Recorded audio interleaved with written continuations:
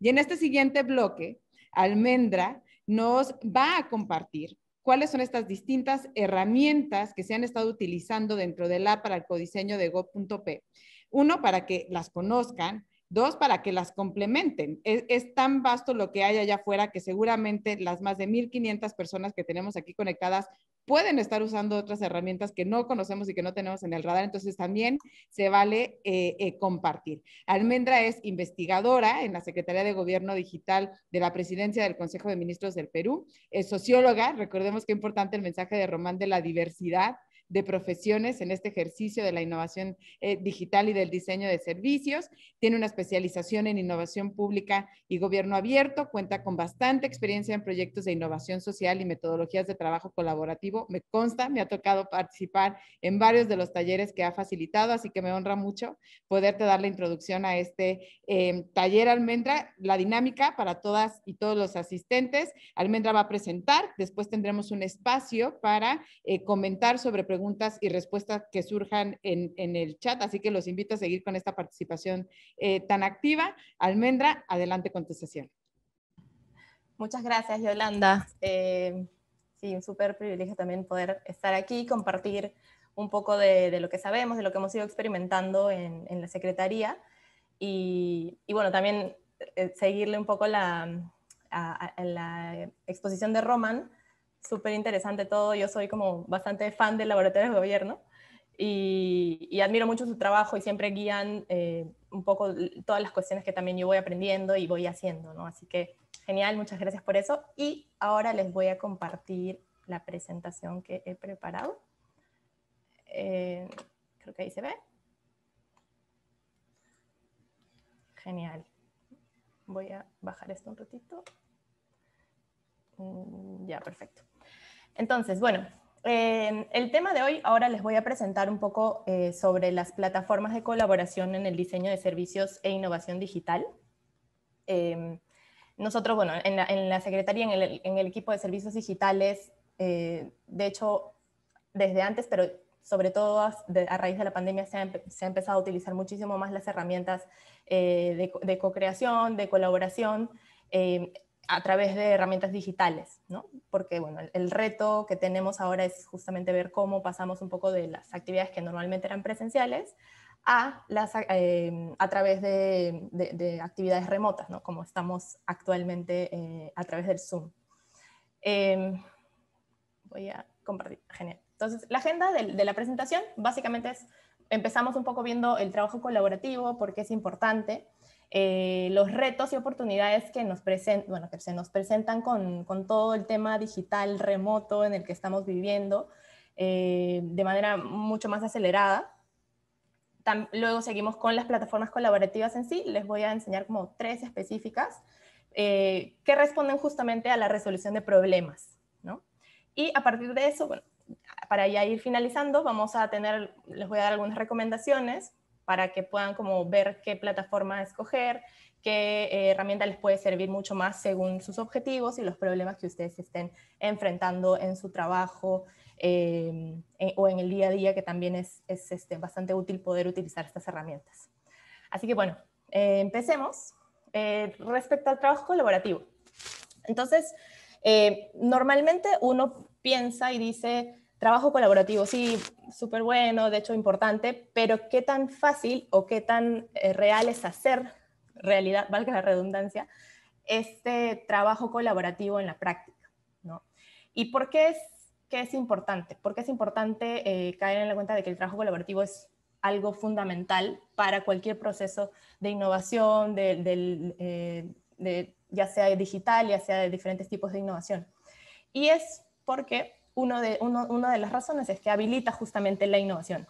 Ayuda a que los procesos de innovación sean mucho más, mucho más concretos, se puedan ver, se puedan conversar, se puedan compartir, porque cada uno tiene diferentes experiencias, diferentes conocimientos, justamente en esto que mencionaba también Yolanda, de la interdisciplinariedad, la importancia de ver diferentes espacios y de no solamente conformarse con lo que ya sabemos hacer o con lo que ya conocemos previamente, sino con lo que va sucediendo y va cada vez más desarrollándose en el mundo y en nuestro país, ¿no? Entonces, trabajo colaborativo es como pieza fundamental, pilar fundamental para la innovación. Luego, también algo muy, muy importante y que también implica un reto, como cualquier relación, interacción entre personas, es que fortalece los vínculos.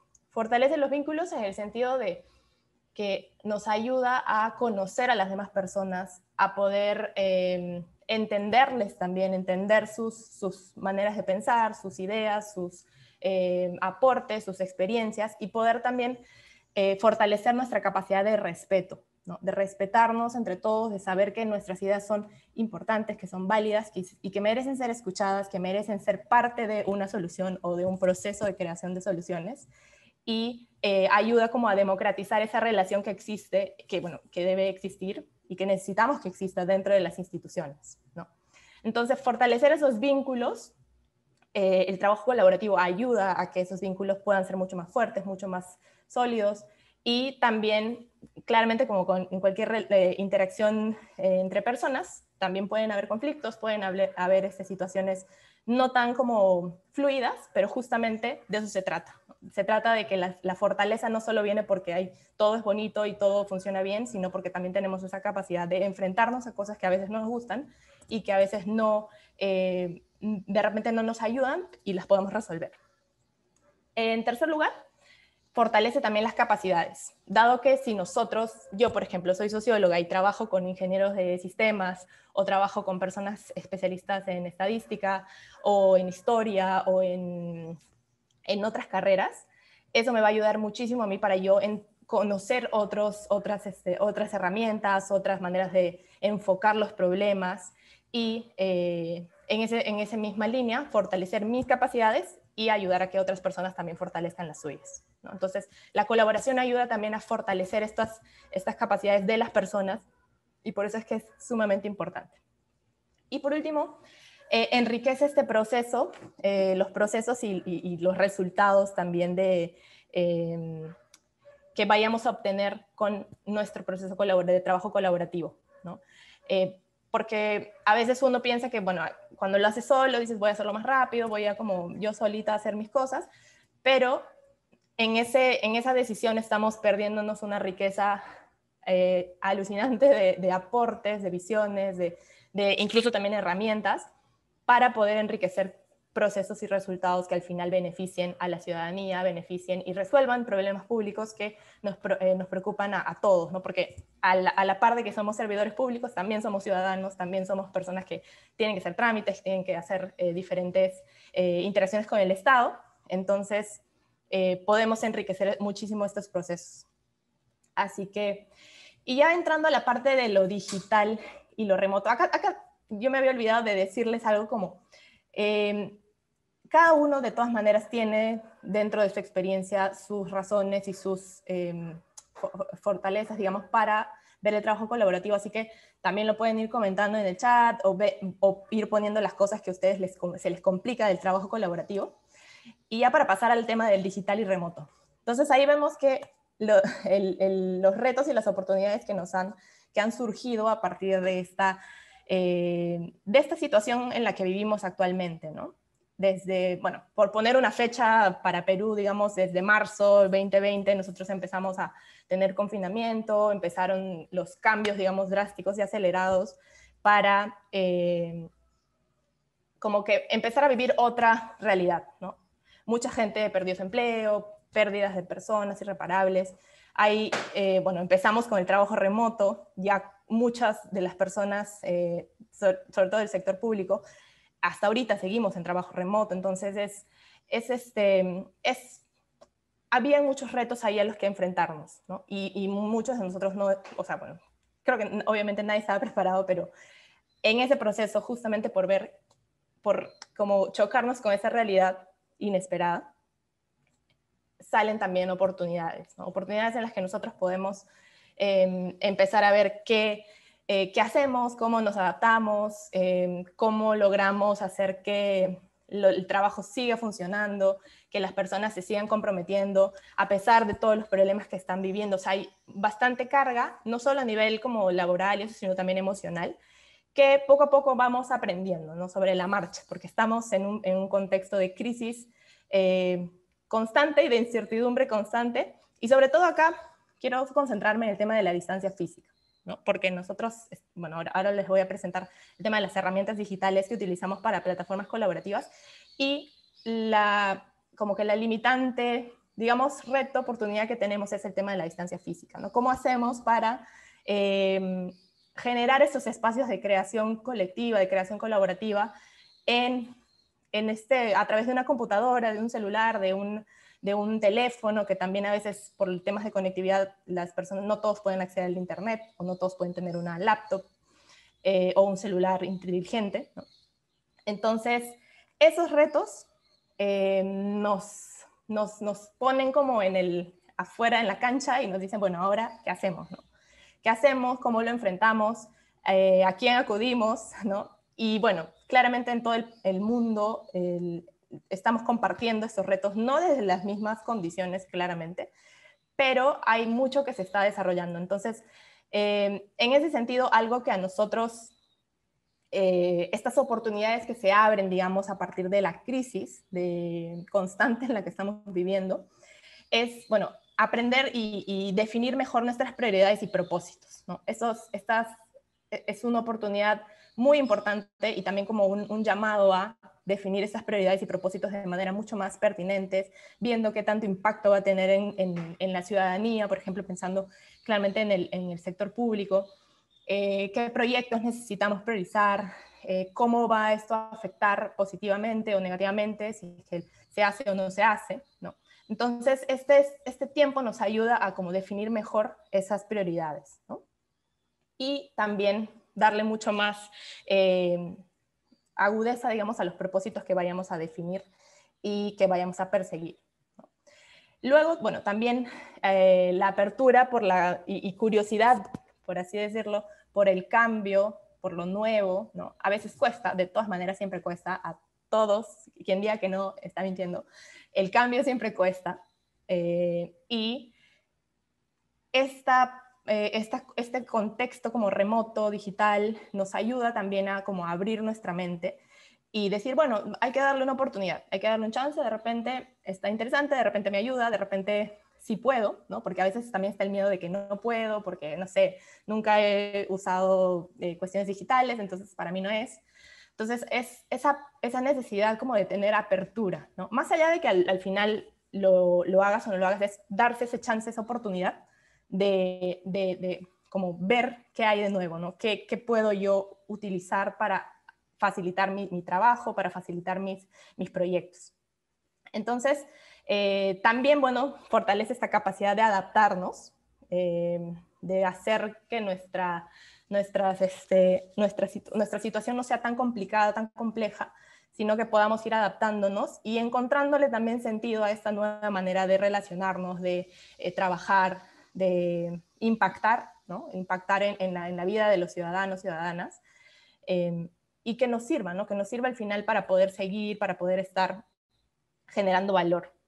Así que, y bueno, por último, abrazar el riesgo, ¿no? Abrazar el riesgo, que es algo que da mucho miedo, pero es como un mantra en la innovación, que si no nos arriesgamos, al final como que no ganamos, ¿no? Entonces, y si perdemos, igual estamos ganando también. Así que es como repensar un poco de qué va todo esto de pérdida, ganancia, cuando estamos en un contexto de por sí ya de crisis. Entonces es empezar a darnos ese espacio, a darnos esa oportunidad de arriesgarnos y de experimentar nuevas oportunidades. Y bueno, ahora sí, ya para un poco entrar de lleno al tema de las plataformas colaborativas. Estas plataformas colaborativas hay muchísimas ahora. Justo hay, bueno, siempre han habido plataformas colaborativas digitales que nos ayudan a hacer trabajo, pero a raíz de la pandemia, como ya lo habíamos escuchado en la mañana, también es que siempre han estado ahí, pero no necesariamente las habíamos usado, no nos habíamos dado la oportunidad de experimentar cómo va, cómo funciona. Así que, pero más allá de la herramienta en sí, de pensar como, vamos a conocer todas las herramientas y vamos a ver qué nos van a traer, o sea, qué nos va a traer, cómo nos vaya cómo funciona, es para qué nos va a servir, ¿no? O sea, Y en ese sentido yo quiero invitarles a pensar, digamos ahorita en esta dinámica para presentarles 3 plataformas específicas. Pensemos como en 3 situaciones que nacen como a partir de problemas o necesidades en nuestras instituciones, ¿no? Algo súper como común es pensando en una primera situación, hay como baja satisfacción al tramitar un expediente, ¿no? En una municipalidad, en un ministerio o en alguna institución pública. Entonces, los ciudadanos necesitan tramitar un expediente en menos tiempo y en condiciones mucho más sencillas y que no les demore la vida, que no les haga sentir que el Estado pues escucha así en lo mismo y que ya no quiero seguir con esto, ¿no? Así que esa es una primera situación. Luego tenemos otra situación, pensando más en el ambiente laboral, cuando trabajamos en alguna entidad, no sé, tenemos un ambiente laboral tenso y poco colaborativo, no podemos como desarrollar esa capacidad de interactuar entre las personas, de darse como apoyo entre sí. Y en este caso, pues, funcionarios y servidores públicos se sienten constantemente presionados y tensos y eso no les permite trabajar al 100%, se sienten como muy, con muchos dolores, como le llamamos en el proceso de investigación, en el que en donde no pueden realizar su labor al 100%, ¿no? Entonces, esta es una situación bastante común, todos la tenemos. Bueno, no todos tenemos un ambiente tenso laboral, pero en algún momento lo habremos tenido, hemos escuchado a algún amigo, alguna amiga que experimente esta situación.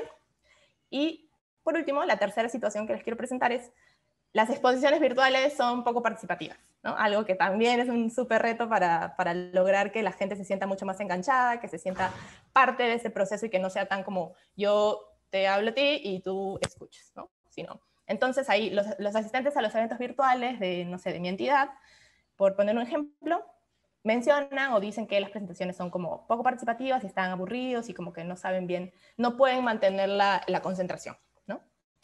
Entonces aquí lo que les quiero presentar es que para esta situación, la lógica es esta. Yo identifico mi problema, veo qué es lo que necesito resolver y puedo utilizar una plataforma colaborativa. Puedo buscar, hay un montón, yo les voy a presentar 3 ahorita. Una de ellas es el Miro, que es bastante utilizada, es bastante amigable y también bastante útil, ¿no? Porque simula como estos post-its, que usas normalmente cuando vas a hacer un papelote y pegas los post-its, pero virtuales, ¿no? Y el rango, digamos, de creatividad que se puede tener ahí es, creo que, infinito, porque tienes un tablero grandote para poder tú diseñar, ver, adecuar, adaptar a la dinámica o según la necesidad que tengas, ¿no? Así que, bueno, para la primera situación de baja satisfacción al tramitar un expediente, yo les estaba presentando el Miro. Digamos que acá uno puede entrar aquí. Bueno, voy a ver si puedo dar clic. Creo que sí, creo que no va a haber problema. Y vamos a poder ver. Acá es solo un ejemplo, o sea, no es una plataforma final, pero nos ayuda a ver un poco cómo es la interfaz de esta herramienta. Por ejemplo, bueno, esta es la prueba para esta exposición, pero si yo, como, no sé, pues, coordinadora o miembro del equipo de una municipalidad, necesito que un trámite específico sea mucho más sencillo, mucho más amigable, mucho más corto también, que no demore tanto tiempo, entonces, pero ¿cómo lo puedo hacer? ¿No? Ya, la idea puede ser, no sé, emito una resolución, emito una directiva. Podemos ir pensando, podemos ir poniendo todas las ideas. La idea es que cuando uno está dando ideas, no digamos como, no, esa idea no puede ser, o no, esa idea ya la hicieron y no sirve, o no sé. Simplemente hay que bajar todas las ideas y nosotros podemos empezar después ya a ver si es que sí sirven o si es que no, pero no es para que desde el arranque digamos como no sirve, no, démosle el chance, por más de que parezca una idea súper super loca, ¿no? Entonces, esta plataforma, como la ven, este es un ejemplito para ver cómo bajamos ideas, ayuda, sí, estos son los post-its que se pueden mover, se pueden copiar, pegar, control V, control C, control V. Podemos borrar, podemos agregar texto, agregar diferentes, podemos también utilizar ya ciertas plantillas predeterminadas que nos ayudan a organizar las ideas, a organizar las dinámicas que se quieran hacer. Por ejemplo, acá la plataforma está en inglés. No estoy segura, creo que sí se puede poner en español, pero acá tienen algunas opciones, ¿no? Si yo quiero tener un formato de reuniones y talleres, puedo dar clic acá y utilizarlo y obviamente adaptarlo, cambiar los colores, etc. Yo en este caso usé para el ejemplo esta de la lluvia de ideas y de ideación, esta que parece una arañita. Y luego también pueden utilizar para hacer flujos de trabajo, diagramas, mapas, diferentes, planificación estratégica también, diferentes herramientas y diferentes plantillas que les ayudan a tener como una visión más específica y más centrada en lo que necesitan, ¿no? Entonces, por eso siempre es importante tener en claro cuál es el problema y qué es lo que necesitan hacer, ¿no? Necesitan hacer una ideación, necesitan investigar, ir a preguntar. Ahí hay otras herramientas para el tema de investigación que ya también Mauricio en la mañana les presentó. Y entonces eso en cuanto a Miro. Voy a ir más arriba acá. Y luego tenemos la herramienta de retroalimentación para enfrentar el problema del ambiente laboral tenso y poco colaborativo, ¿no? Entonces ahí lo que vamos a hacer es entrar rapidito al Fund Retrospectives para que vean cómo funciona. Y esta es una herramienta bien sencilla de usar. Acá lo que hacemos es hacer las preguntas y compartimos el enlace a diferentes personas de nuestro equipo y cada uno va a ir poniendo, no sé, pues qué está funcionando bien, lo va a poner, qué debemos mejorar, también lo van a escribir ahí, por ejemplo yo lo hago así y ahí está mi aporte, ¿no? Y luego el de qué debemos dejar de hacer también, ¿no? Porque este es donde, viendo el problema que tenemos, que el ambiente laboral es muy tenso, como que no es nada, es cero colaborativo y es difícil para trabajar, entonces nos ayuda mucho a ver qué cosas no debemos hacer, ¿no? Y a partir de eso plantear ciertas acciones que nos permitan mejorar. Entonces eso para la parte de retroalimentación. Y otra plataforma para el tema de las exposiciones virtuales, que son poco participativas, está el Menti. El Menti que ustedes usaron en la mañana, cuando abrimos el bootcamp, para ver un poco cuáles son sus expectativas sobre el bootcamp. Es una herramienta bastante buena, bastante sencilla. También les voy a enseñar un poquito cómo es por dentro, para los que quizás todavía no la han usado. Y ayuda a, por ejemplo, nosotros en la mañana utilizamos esta herramienta que nos ayuda a ver, a hacer preguntas un poco más abiertas, ¿no? Si yo le pongo eso, ¿qué esperas de ese bootcamp? Entonces yo lo que hago es compartir el enlace, comparto este enlace con todo mi equipo o con todos los asistentes al taller para que puedan ir enviando en tiempo real sus expectativas, sus necesidades, sus comentarios, ¿no? Y acá hay diferentes tipos como que de funcionalidad, ¿no? Si yo quiero preguntas más abiertas, uso la de Open-Ended que está aquí. Si, también seguro que habrán visto la nube de palabras, que esta también es bien interesante. Cuando, no sé, si te preguntan ¿cómo definirías este bootcamp en una palabra? Súper bueno. No, bueno, no es una palabra, es genial, no sé, interactivo o didáctico, o qué sé yo, ¿no? Entonces vamos viendo qué palabras se van repitiendo más y la palabra que tiene mucho más repeticiones se va poniendo más grande, ¿no? Entonces eso en el tema de la nube de palabras y así diferentes funcionalidades que nos ayudan a resolver como que estos retos que vamos enfrentando en el día a día del trabajo remoto y de las interacciones remotas, ¿no? Entonces, ya, genial. Uy. Bueno, acá estaban un poco las vistas, ya les enseñé, pensé que no iba a poder enseñarles, pero genial, de las plataformas colaborativas. Y acá comentarles un poco de las experiencias de uso de estas plataformas que hemos tenido desde la Secretaría. Como ya había comentado también Yolanda, hicimos el codiseño del índice de innovación digital.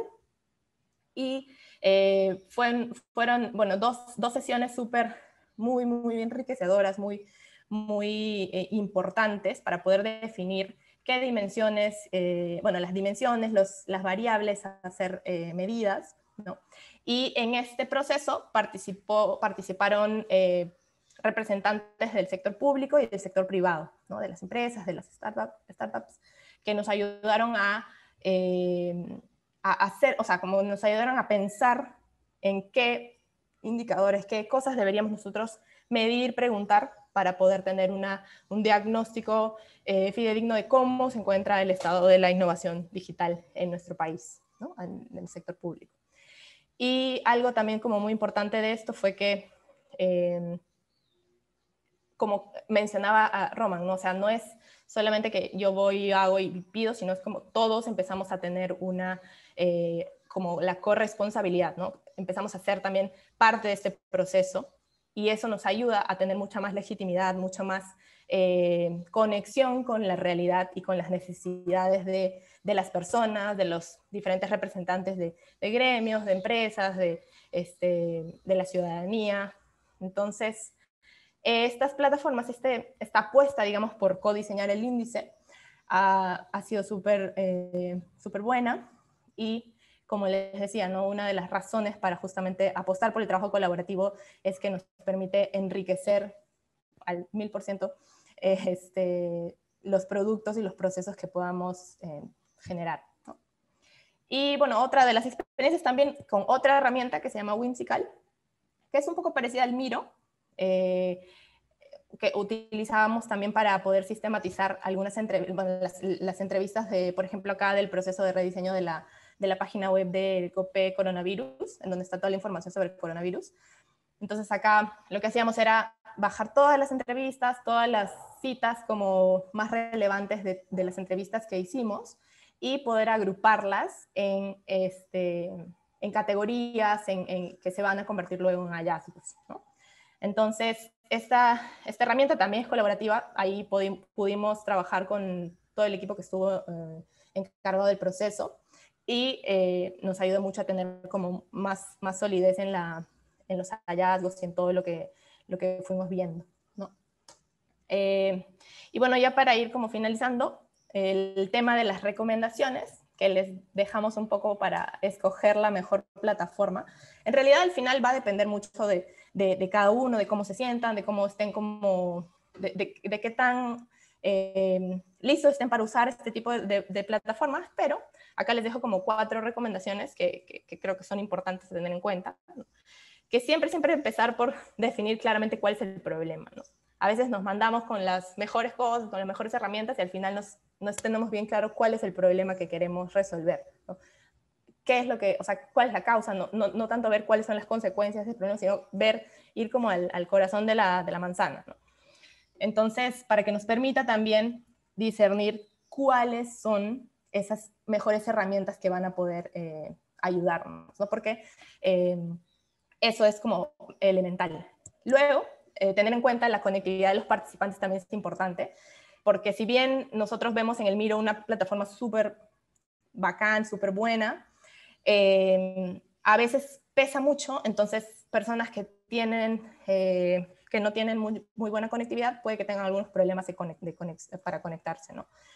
Entonces, en ese caso, por ejemplo, pueden también utilizar plantillas de PowerPoint que ayudan obviamente siempre en Google Drive, o sea, en línea, en la nube, para poder compartirlo. Y trabajar ahí, ¿no? Poder adaptarse. Recuerden la importancia también de adaptarnos. Está bueno todo el tema de las herramientas súper como con tecnología de punta, pero también hay que ver que al final lo que necesitamos es resolver un problema, ¿no? Entonces, en caso de que no haya buena conectividad, vemos la manera de adaptarnos para que podamos establecer este proceso de co-creación, ¿no? Y bueno, también verificar un poco el costo-beneficio y pertinencia de la plataforma, ¿no? La mayoría de plataformas tienen versiones gratuitas, entonces no es necesario que las compren, pero hay algunas que a veces sí, por sus beneficios, nos va a ayudar muchísimo poder adquirirlas, ¿no?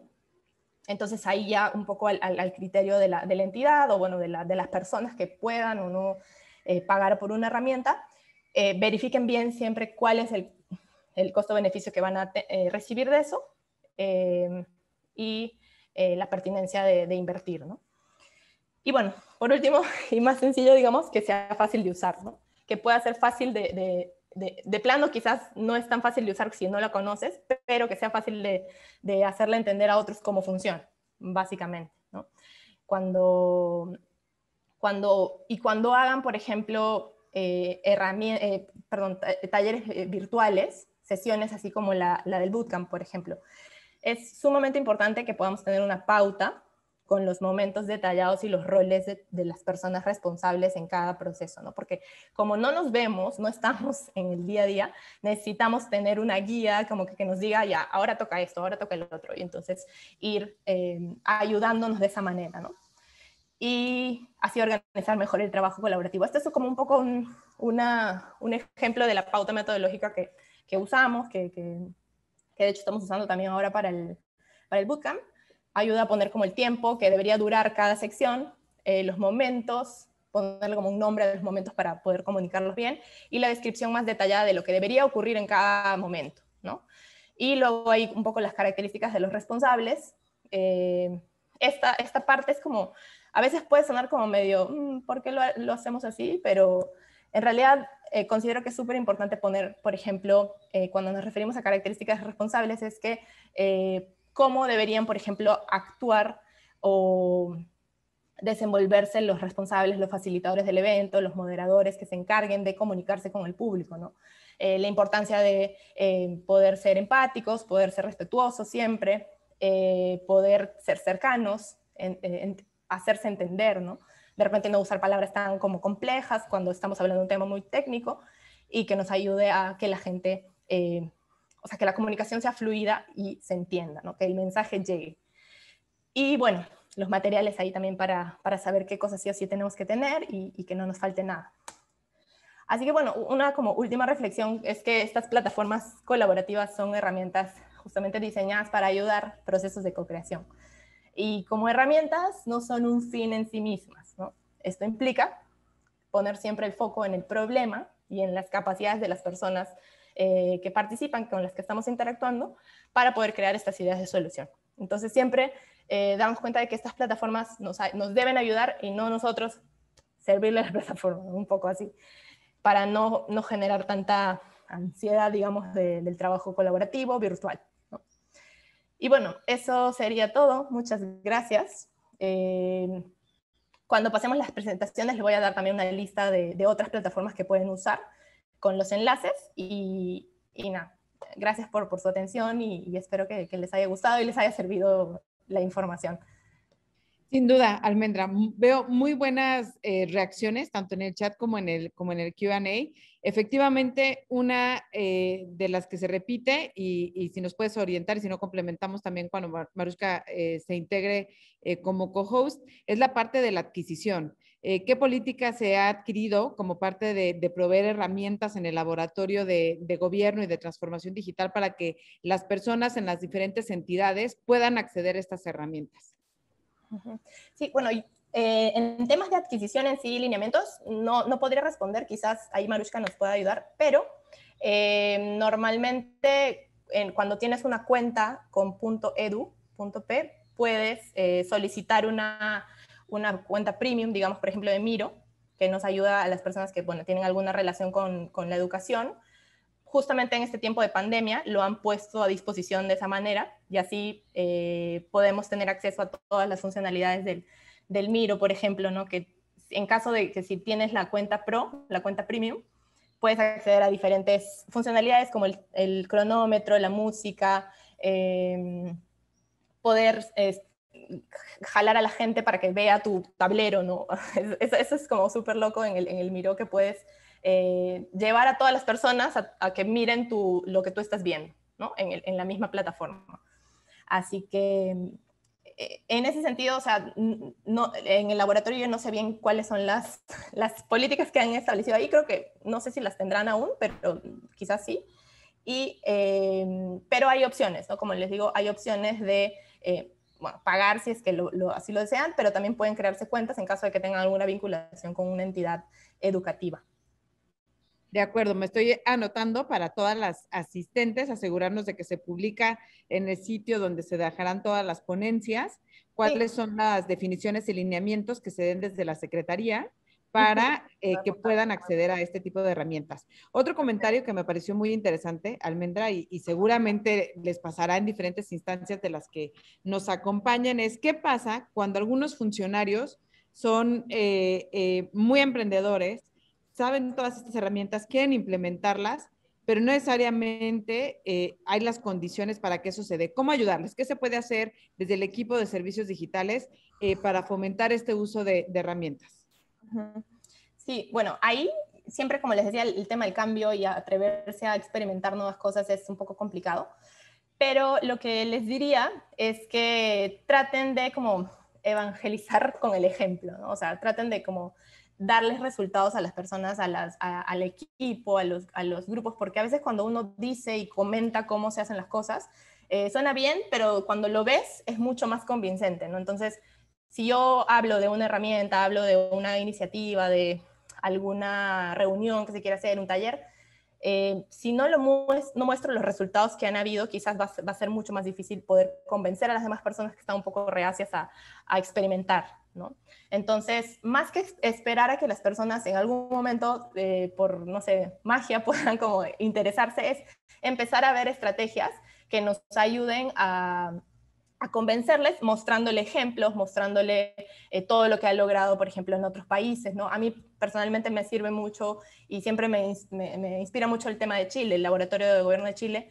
Eh, Ellos siempre decían, y bueno, tienen en mente esto de los quick wins, ¿no? ¿Qué cosas se llevan las personas, qué cosas ganan cuando estamos emprendiendo un proceso de innovación, ¿no?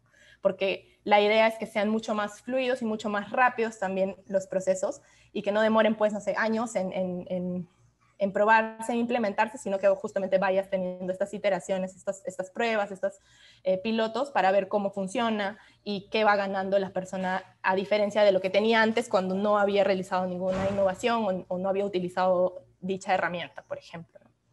Así que creo que es un poco eso. Otro de los comentarios que también me parece que puede ser como un denominador, no importa si están en universidades, porque veo que van preguntas, vienen de instituciones de educación, así como de diferentes instancias de gobierno, ¿cómo prepararnos? Por ejemplo, aquí hay conectadas 1,700 personas, hemos estado desde las 8:30, pero no sucedió de la noche a la mañana. ¿Cómo preparar el uso de estas herramientas, como tú les llamaste, son habilitantes, pero son eso? ¿Cómo articular este esfuerzo de coordinación para el mejor aprovechamiento del uso de estas herramientas?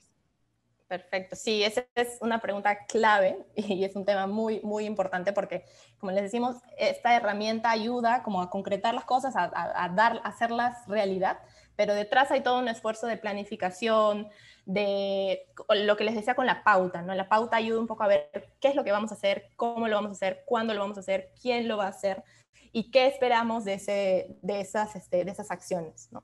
Entonces hay todo un proceso de...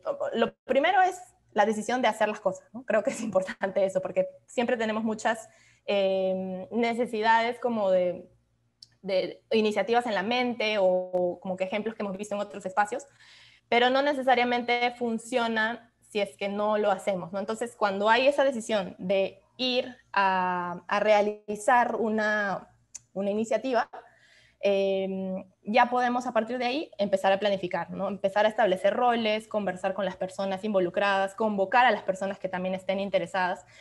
Recuerdo de la ponencia de Mauricio en la mañana en investigación, que también surgió un poco esta pregunta de cómo hacemos un equipo que investigue cuando no tenemos quizás los recursos, no tenemos un equipo, pero es justamente convocar a estas personas que sean como estos agentes de cambio, ¿no?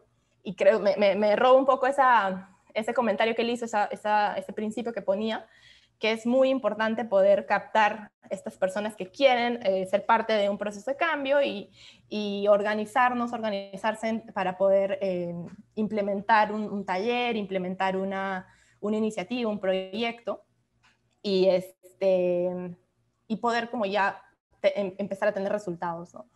Y creo que también ahí o sea, como a veces es complejo, sobre todo por lo que decía de la presencialidad, cuando estás en un espacio puedes como hablar, decirle, pasar la voz, y en la virtualidad es un poco complicado. Por ejemplo, si yo estoy presentando, no veo el chat, no veo los mensajes, no veo nada, pero tenemos estos espacios que nos permiten también como conversar, ¿no? Decir, oye, hay limitaciones también con algunas cosas, pero las vamos a superar dándonos tiempos, dándonos un poco más de paciencia en cómo estamos interactuando, en cómo estamos haciendo, bueno, preguntándonos las cosas y también, no sé, pues dando ideas sobre lo que queremos hacer, ¿no? Así que creo que es un poco por ahí, no sé. Un mucho por ahí.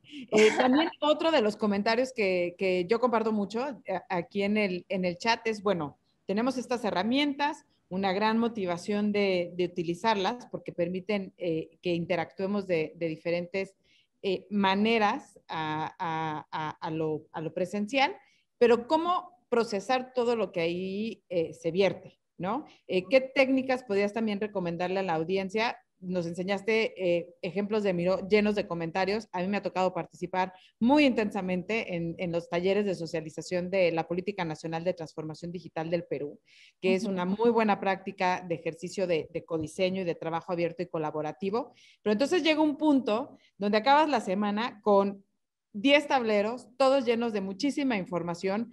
¿Qué recomendaciones les damos a la audiencia para empezar a procesar esa información y que al rato no tengamos atrás una bola de nieve de tanta información ahí en nuestros diferentes tableros y que esa información se vaya procesando en insumos de inteligencia hacia lo que estemos codiseñando, desde una política pública hasta un servicio, análisis de necesidades de los usuarios?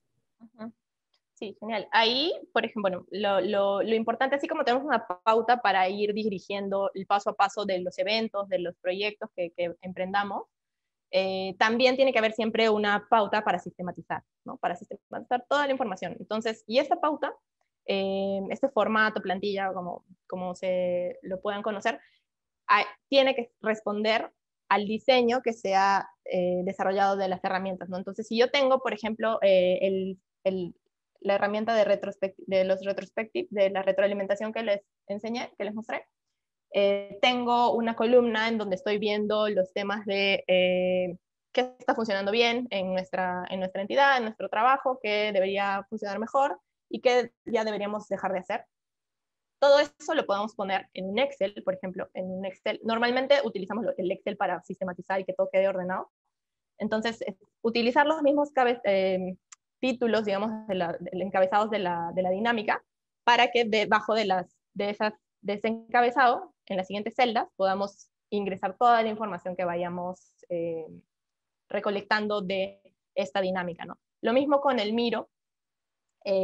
Bueno, eso es como una decisión más personal, pero creo que también es bastante generalizada, común, esta práctica de utilizar el Excel para sistematizar. Y ya después puede ir en un Word, en una presentación, en algo, un informe un poco más ya depurado, digamos, y detallado. Depurado en el sentido de que como hay un montón de información, podemos ayudar, o sea, podemos juntándola, sistematizándola en el Excel, la ordenamos y vemos qué cosas se repiten, porque también hay como un principio de saturación, ¿no? De cuando ya tienes demasiada información y todo está dirigiéndose hacia lo mismo, hacia está como validando tipo o contradiciéndola un poco, ya te da indicios de que, bueno, ya hemos llegado al tope, ya no necesitamos hacer 10 talleres más, sino ya estamos como, ya lo logramos, ¿no? Ya logramos nuestro objetivo. Entonces, hay que estar también bien pendientes de eso, de cuándo es que ya hemos llegado a la saturación, digamos, con la información, para no seguir como recolectando más info que luego no sabemos qué hacer con ella, ¿no? Y eso es algo muy importante de cuando hacemos, o sea, de todos estos procesos de co-creación, de ideación, que nos ayudan a ordenarnos mucho más cuando tenemos ya plantillas, formatos predeterminados, en donde nosotros podamos organizar nuestra información y a partir de eso ya empezar a organizarla, a verla, ¿no? En el caso, por ejemplo, del equipo de investigación, normalmente nosotros no necesariamente lo pasamos todo a Excel, pero sí utilizamos el mismo Miro para ir decantando como que en los hallazgos, ¿no? En las categorías que hayamos encontrado, en los resultados. Entonces, al final va a depender muchísimo de cómo ustedes trabajen mejor y qué cosas se les acomode más. y hasta que también dominen las herramientas, ¿no? Porque puede que ya nosotros, como estamos muy acostumbrados a utilizar el Miro, hacemos todo en Miro, pero de repente no es el caso de todos, ¿no? Entonces siempre hay una alternativa para poder como ir mejorando esa, o sea, adaptándonos a esa parte y que nos sirva sobre todo, ¿no? La importancia de que estas herramientas sean útiles y que nos ayuden en nuestros objetivos. Algo que mencionaste ahorita y que me parece muy importante para la audiencia tomar en cuenta es lo que implica preparar una sesión de colaboración. ¿Y qué tips darías a la audiencia? Por ejemplo, mencionaron aquí también Mural como otra herramienta muy parecida al Miro, y muchas de estas herramientas ya tienen templates o formatos preconfigurados que justamente ahorran tiempo, pero ¿cómo ir estructurando o trabajando en una taxonomía para que sea cada vez más fácil agarrar formatos de investigación de usuario o de ruta de viaje del usuario por las diferentes iteraciones con el servicio? ¿Qué tips das ahí para que las sesiones de planeación sean más cortas, pero igual de eficientes en el resultado esperado? Uh-huh. Sí, eso, por ejemplo, es un reto que yo también siempre enfrento al momento de ya ahora, no sé, pues necesitamos hacer un taller para el codiseño del índice, ¿no? ¿Cómo lo hacemos? ¿Qué hacemos? ¿Cómo nos imaginamos? ¿No? Entonces es siempre empezar a dibujar, como que dibujar en la tabla, poner tus cuadritos, hablando del Miro, ¿no? Dando la experiencia del Miro. Aprovechar ese lienzo grande que tenemos ahí en el Miro para probar, probar, probar y siempre preguntarle a las demás personas, ¿no? Como que, oye, ¿qué te parece? ¿Se entiende? ¿Qué le pondrías? En aras justamente del trabajo colaborativo, que incluso desde el diseño sea pues colaborativo, ¿no? Que no solamente el trabajo final sea el colaborativo, sino incluso desde el momento de concebir las herramientas, los formatos, y que ayude a como tener un formato mucho más validado, ¿no? Y creo que algo que sirve mucho es como tener el problema siempre bien identificado, ¿no? Partir siempre de ese problema y ver qué aristas nos gustaría tocar, ¿no? Ayudaría como también a tener una como interacción mucho más fluida con las personas cuando tenemos todos las secciones o las partes de un Miro, por ejemplo, bien explicadas, ¿no? Para que sean como autosuficientes por sí mismas, y en caso de que se hayan olvidado, de repente cuando uno explicó en el taller, lo escuchó, pero no necesariamente lo procesó bien y se olvidó, entonces tienes siempre el respaldo en el Miro, ¿no? Bueno, en el formato del taller. Y eso ayuda a que puedas tenerlo siempre a la vista. Siempre están como aumentando las funcionalidades también en las diferentes plataformas, entonces es un proceso de ir descubriendo, de ir como investigando qué hay, explorándolo, y atreverse a usarlo, ¿no? También para que no o sea, para ir viendo qué otras cosas podrían pasar si es que hacemos el taller de esta manera, o si vamos por este camino, utilizamos esta herramienta, ¿no? Y al final se trata de eso, de probar, de ver qué funciona y qué no, y a partir de ahí ir haciendo tu propia experiencia a futuro, ¿no? Excelente, Almendra. Para ir cerrando, me quedé reflexionando, por ejemplo, desde el bloque de apertura con Santizo y Marushka hizo también muchísimo énfasis en esto. Qué importante es saber definir el problema que queremos abordar. También fue muy enfático en las diferentes técnicas de investigación de necesidades de usuario Mauricio, lo reforzó Román cuando explicó diferentes ejemplos muy concretos de lo que ha hecho el laboratorio, lo acabas de reiterar tú. Y para recordar esto, que es tan clave, ¿no? En este primer día del bootcamp, cómo encontrar ese problema público, cómo trabajar para dedicar el tiempo a entender cuál es la problemática. Genial, sí. Ese es un reto bastante eh, retador, ¿no? Siempre es como, ¿qué hacemos? ¿Cuál es el problema realmente, no? Porque uno a veces se va y cree que ese es el problema y porque está viendo, no sé, una consecuencia, ¿no? Yo puedo pensar que el problema es que, no sé, hay demasiadas colas en un banco, por ejemplo. Pero puede que ese no sea en sí el problema, sino el problema está en que no hay una buena organización, por ejemplo, de los horarios o de atención al cliente, por decir de alguna manera, ¿no? Entonces, lo que ayuda es siempre preguntarse ¿por qué pasa eso? Pasa lo que está pasando, ¿no? ¿Qué hay detrás? ¿Qué hay detrás? ¿Qué hay detrás? ¿Qué hay detrás? Hasta que lleguemos como el kit del asunto. ¿Qué es lo que hay algo detrás de ese problema que estamos identificando que lo está causando, o es esa la causa de las dificultades que se están viviendo, de los problemas que están experimentando, no sé, los ciudadanos, por ejemplo? Y poder tener esa como visión, ese enfoque en qué hay detrás de eso que estamos viendo como lo más visible, ¿no? lo más patente, y ver qué está detrás, qué es lo que no hemos todavía identificado y que quizás es lo que debamos solucionar o debamos atacar, ¿no? Así que creo que es un poco eso, preguntarnos si el problema que estamos viendo es el que ya lo han resuelto en otros espacios también. También, por ejemplo, a veces lo que pasa es que cuando uno hace un taller, uno pone como un objetivo, ¿no? Cuando uno pone el objetivo, no estás hablando del objetivo en sí del proyecto, sino el objetivo del taller en sí, ¿no? Entonces, siempre es importante tener en cuenta cuál es el objetivo que estamos buscando con, por ejemplo, este bootcamp, ¿no? No es solamente como realizar el evento y que la gente se sienta bien, sino, por ejemplo, es fomentar el compromiso con la transformación digital en el país, ¿no? por decirlo, por decir uno de los objetivos. Entonces, ayuda a como ir preguntándose cuál es el origen de las situaciones que estamos viviendo, y plantearnos una pregunta o un problema ahí que nos guíe, ¿no? Que al final va a ser esa la guía que necesitamos y que vamos a ir desarrollando. Buenísimo. Algo que también repetiste bastante en tu ponencia, y les diría que en todo el día de hoy, fue la palabra experimentar.